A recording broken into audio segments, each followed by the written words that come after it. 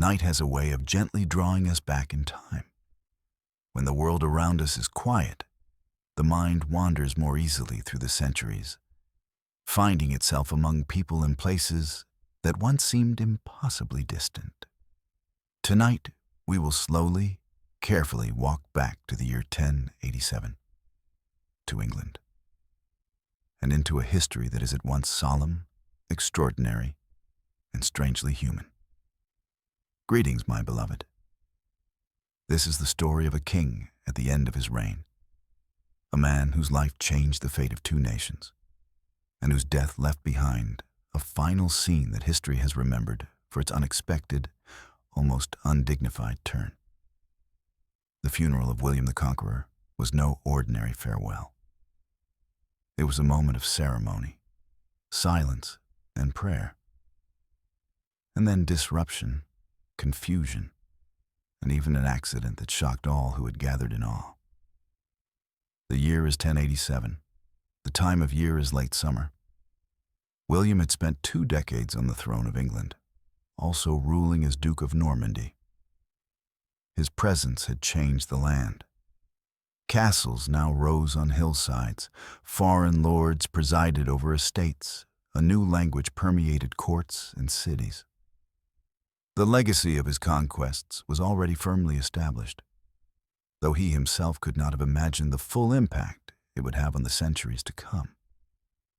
By then, he was older, heavier, and worn down by years of ambition and conflict. One final campaign, one final quarrel, would catapult him from life to legend. He led an army into France, to Vexin, attacking his old rival, the French king. But in the chaos of battle, his horse stumbled. William was wounded, crushed, his body buckled. He hesitated for weeks, suffering, and then, as September rolled around, he breathed his last. Death comes quietly, but what follows is not always peaceful. The king's funeral was not just a private farewell.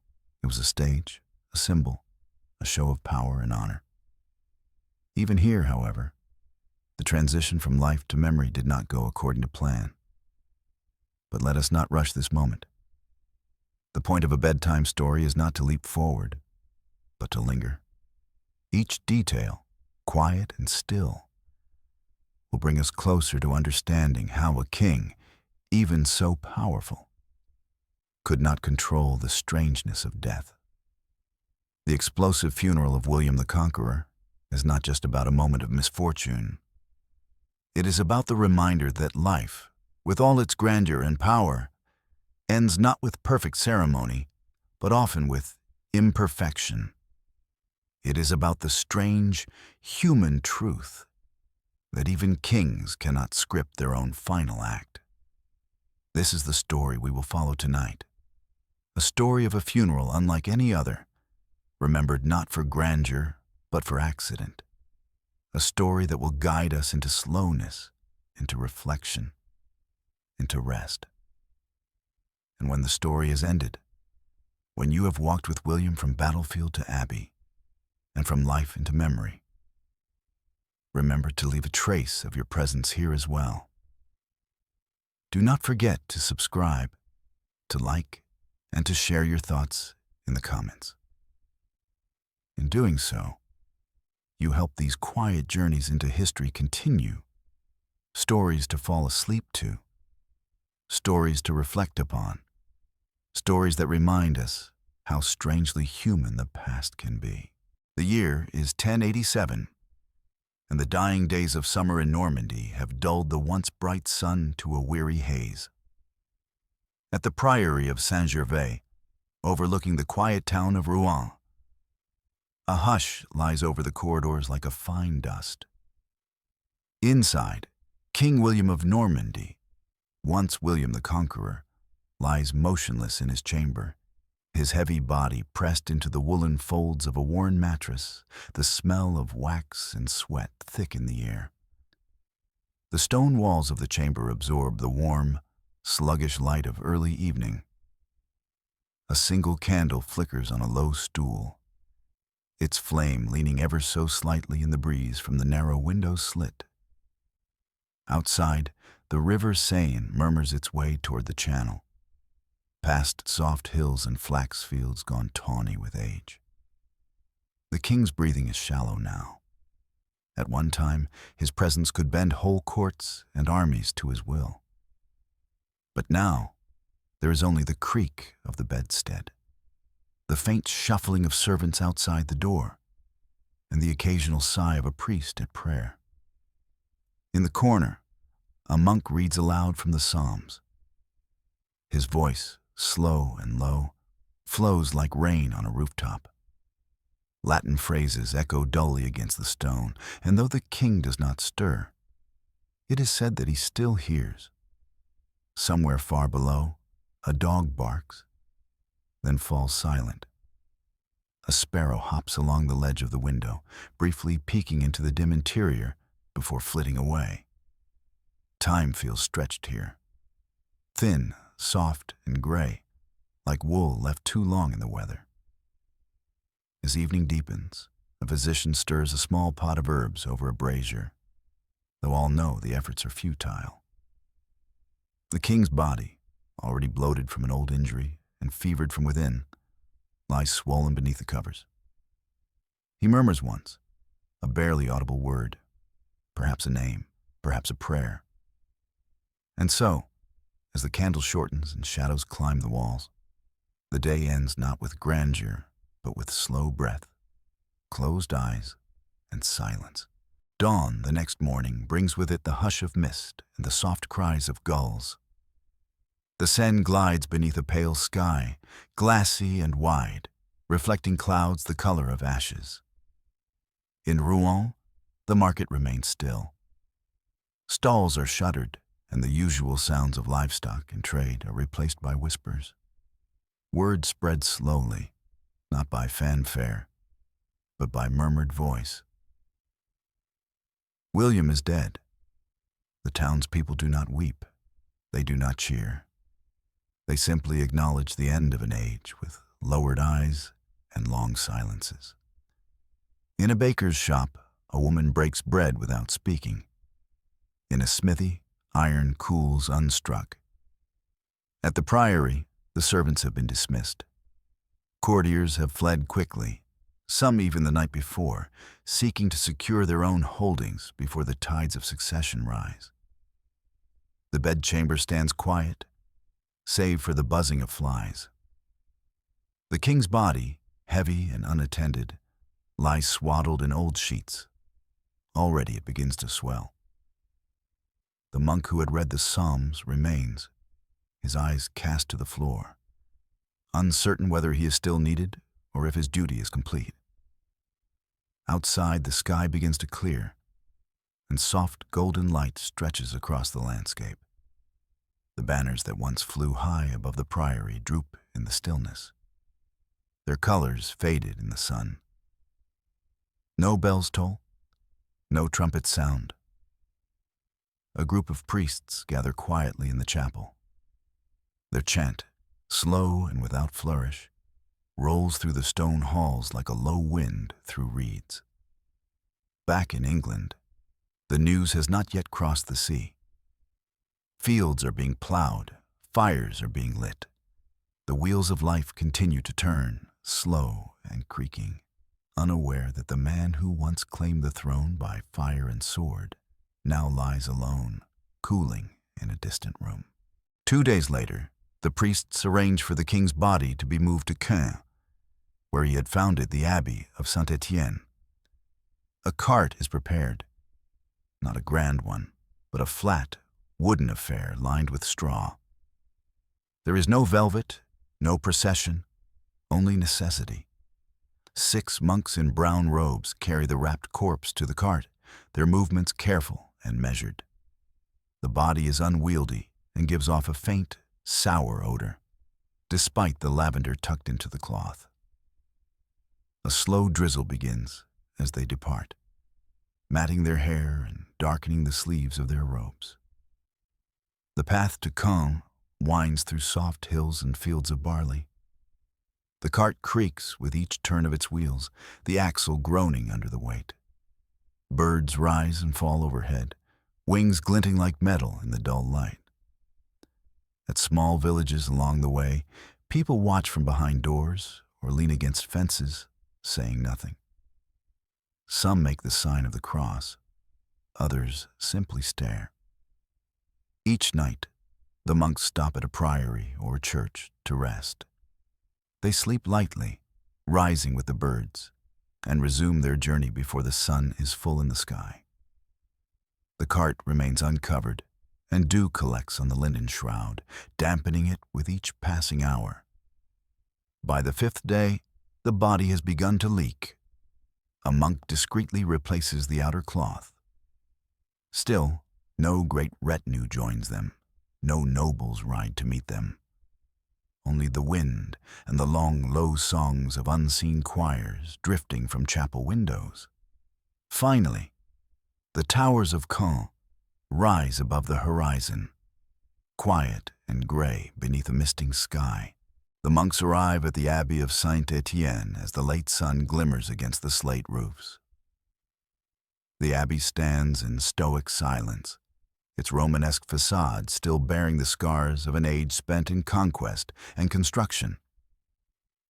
A few townspeople linger at a distance, curious but not bold enough to approach.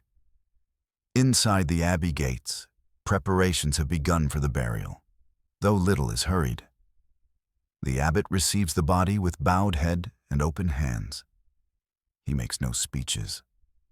The monks simply carry the corpse into the cool shadows of the nave. The air is thick with the scent of incense and damp stone. The coffin, a simple stone sarcophagus, waits near the altar. It had been placed there years earlier by William's own decree. Now, it seems slightly too narrow. The body is laid on a wooden platform beside it, where it will remain until morning. Candlelight flickers across the king's still form, his features hidden beneath layers of linen, his swollen limbs stiff in death. One by one, monks pass by, each murmuring a quiet prayer. A few press fingers to lips, others lay small tokens, a piece of cloth, a sprig of rosemary. The bells do not ring loud, but toll slowly, only once every hour. Their sound is not one of mourning, but of marking time, as though reminding all within that even kings are subject to the hours. The night deepens.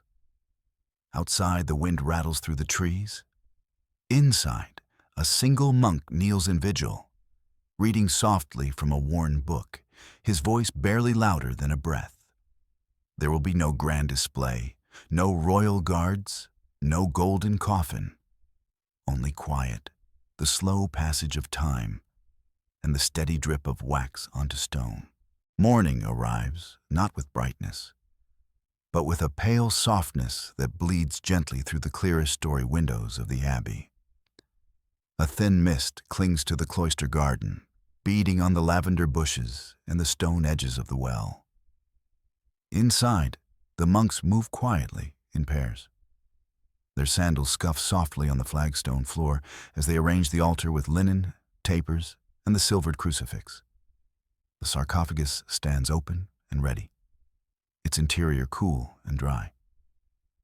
The body of William is lifted once more, this time with greater difficulty. The linen is now stained and slightly damp at the edges. The king's swollen belly has grown firmer, distending the wrappings beneath his tunic. The monks whisper among themselves, but do not break pace. A modest congregation of clergy and town elders gathers. They wear solemn faces and wool cloaks. There are no grand titles announced, no pages holding banners, just names spoken softly and heads bowed low. The Mass is long, spoken in slow cadence. Latin phrases fall like droplets into a still pool. The air smells of incense, beeswax, and old stone. The abbot's voice is steady, unhurried. When he speaks the name Gulielmus, it echoes slightly against the vaulted ceiling. At last, the moment arrives. The monks attempt to lower the body into the stone sarcophagus, but find it does not fit. The belly, distended by death and delay, resists the confined space. There is a pause. Then gently they try again. The linen catches on the edge. The crowd shifts. A cough is heard, and then a sharp, wet sound. A sudden, soft rupture. The monks freeze. A sharp scent overtakes the incense. No one speaks. The room remains still, save for the bell outside tolling once more. The abbey, though filled with bodies, feels emptier after the rupture. The odor settles low to the ground, like fog on a moor. A few townsfolk excuse themselves quietly. The monks say nothing. They simply stand, eyes lowered, until the abbot resumes the prayers. The body is, at last, gently pressed down. The stone lid is prepared.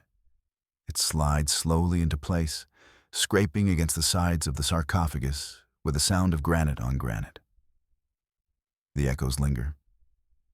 When it is sealed, the abbot steps forward and sprinkles holy water. The droplets hiss slightly as they touch the warm stone. A final prayer is given. The service ends without fanfare. People leave slowly without conversation. The abbey doors open to the gray morning, letting in fresh air and the faint chirping of larks in the hedges. The monks return to their duties. Some begin sweeping, others light fresh candles. A few sit in the cloister and read quietly. No one mentions what happened. The rupture is remembered, but not discussed. In the scriptorium, a young monk begins to copy a record of the day's events. He writes plainly, "The king was buried, with great solemnity, in the abbey of Saint-Étienne." No further detail is added. The sarcophagus now closed.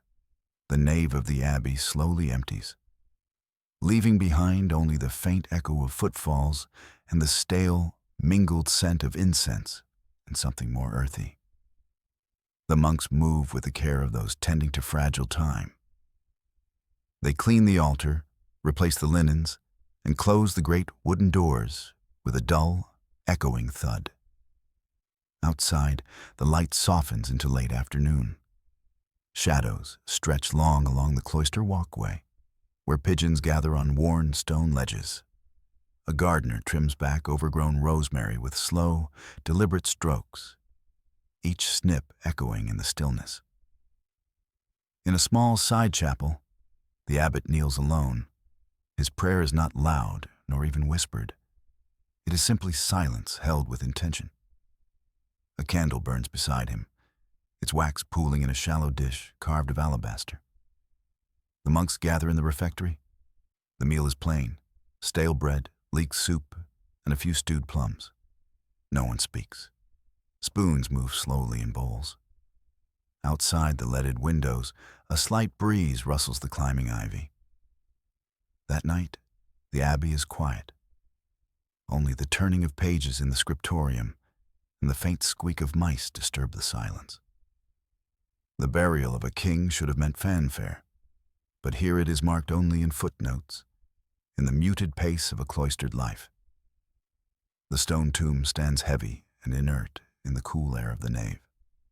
It receives no flowers, no fresh banners, no carved epitaphs, just stone atop stone. Meanwhile, across the gray waters of the Channel, England stirs. It is early autumn, and mist clings to the hedgerows like spun wool. In London, merchants speak of unrest. In Winchester, the royal treasury is inspected by cautious hands. News has finally arrived, not by fast ship nor royal envoy, but by merchant tongue and church letter. The king is dead, they say, gone in Rouen. In York, a farmer hears the tale and says nothing. In Canterbury, a priest includes William in his prayers, then moves on to tend his garden. There are no riots, no candlelight vigils. The land he claimed by sword now turns its attention to who comes next. William Rufus, his son, waits near the southern coast. He prepares quietly, receiving envoys with a calm not often attributed to his house. He does not ride for Rouen. He does not send riders to Caen. He merely waits, watching the sky darken with early evening clouds. In village churches, William's name is spoken during Mass, but it is not drawn out. It is tucked in among others, saints, patrons, distant martyrs. His conquest, great and loud, now dims to a line in a sermon. The harvest continues. Apples fall, soft and bruised, into baskets lined with straw. Bread is baked. Ale is poured. Children chase each other around the bases of stone walls built by the order of a man, now entombed far away. The world does not pause. It tilts quietly forward. Days pass, and then weeks. The Abbey of Saint-Étienne returns to its rhythm of bells and prayer. Morning lauds echo softly through its high ceilings, and cloister gardens remain overgrown at the edges, fragrant with thyme and damp soil. William's tomb, tucked modestly within the nave, draws few visitors. A monk is tasked with brushing away dust and wiping the stone with damp linen each morning. He does so slowly, humming gently to himself, as if cleaning an old bench rather than the resting place of a king. There is no effigy atop the tomb, no carved crown, no sculpted likeness. Just the stone lid, pale and smooth, with only a Latin inscription to mark its occupant. Even that begins to gather soot from candles. Pilgrims pass through Caen on their way to other relics. They might stop briefly, ask a question, nod solemnly. But few linger. There are no miracles attributed to the site, no stories of glowing lights or heavenly fragrances. Only silence and the occasional creak of the great doors. In the scriptorium, a second monk begins copying the life of the king, neatly, with fine strokes. Stopping often to dip his quill, the margins remain wide and undecorated. His task is careful but not rushed. There is no commission, only duty. Evenings fall quietly. A dove nests beneath a beam above the tomb, her cooing soft and rhythmic, as steady as the bells that toll at dusk. Autumn deepens. The vines in the abbey gardens turn brittle and red. Leaves fall in spirals across the flagstones, collecting in corners and crevices like forgotten letters. In Normandy, harvest festivals begin with restrained cheer. The fields yield barley and beets. Children help their mothers press apples into cider, laughing in the foggy air. But in Caen, the mood remains contemplative. The monks begin wearing heavier cloaks. The abbey's fires are lit earlier. Pots of porridge simmer for hours, their steam filling the cold kitchens with warmth. Each evening, a monk walks the nave, lantern in hand, pausing at the tomb. He bows his head once and continues, the flame painting long shadows on the walls. It is not out of reverence or fear, but habit, as one might nod to a stone marker passed daily on the way to chapel. In England, William Rufus begins to gather his court. He is crowned before the year's end. The ceremony is noted in chronicles, but not widely celebrated. Many remember his father, not fondly, but with a wary kind of respect, like the memory of a storm. Fewer remember the man as he died. Fewer still recall the quiet abbey where he lies. Yet the tomb remains, stone resting on stone, still and untroubled as the leaves continue to fall. Snow comes late to Caen, first as a whisper of frost along the cloister walls, then more steadily, blanketing the courtyard in quiet white. The monks' footsteps crunch softly on the cold stones. Candles burn longer in the refectory. The abbey sleeps under the hush of winter's cloak, its windows fogged from within. The tomb of William is now chilled to the touch, its inscription faintly traced with ice in the early mornings. A mouse scurries across the floor nearby, unnoticed. The silence grows thicker. Inside the abbey church, the great windows admit pale gray light. Nothing stirs but the smoke of incense and the slow rhythm of prayer. A page in the scriptorium is turned. Wax drips slowly. Ink dries by the fire. No visitors arrive in the cold. The roads are slow and muddy. The wind carries no rumors.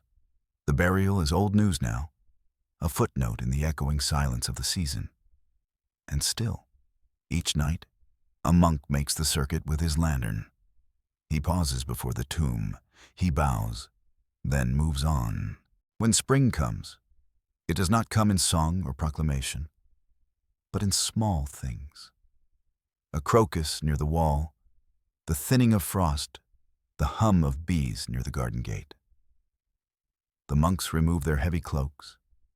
Windows are open during meals. Fresh linen is hung to dry in the courtyard breeze. A new novice joins the order. He passes the tomb without knowing who lies beneath it. By now, even in England, the details of the funeral are vague. Some say the king was buried in splendor. Others recall only rumors of haste and unpleasantness. Most say nothing at all. The stone of the tomb warms under the spring sun, faintly, imperceptibly. The birds return to the rafters. Children laugh beyond the walls. Sheep graze nearby. Life, soft and slow, resumes. And the tomb remains. No drama, no legend, no thunderclap to close the chapter. Just a man, a stone, and the passing of time.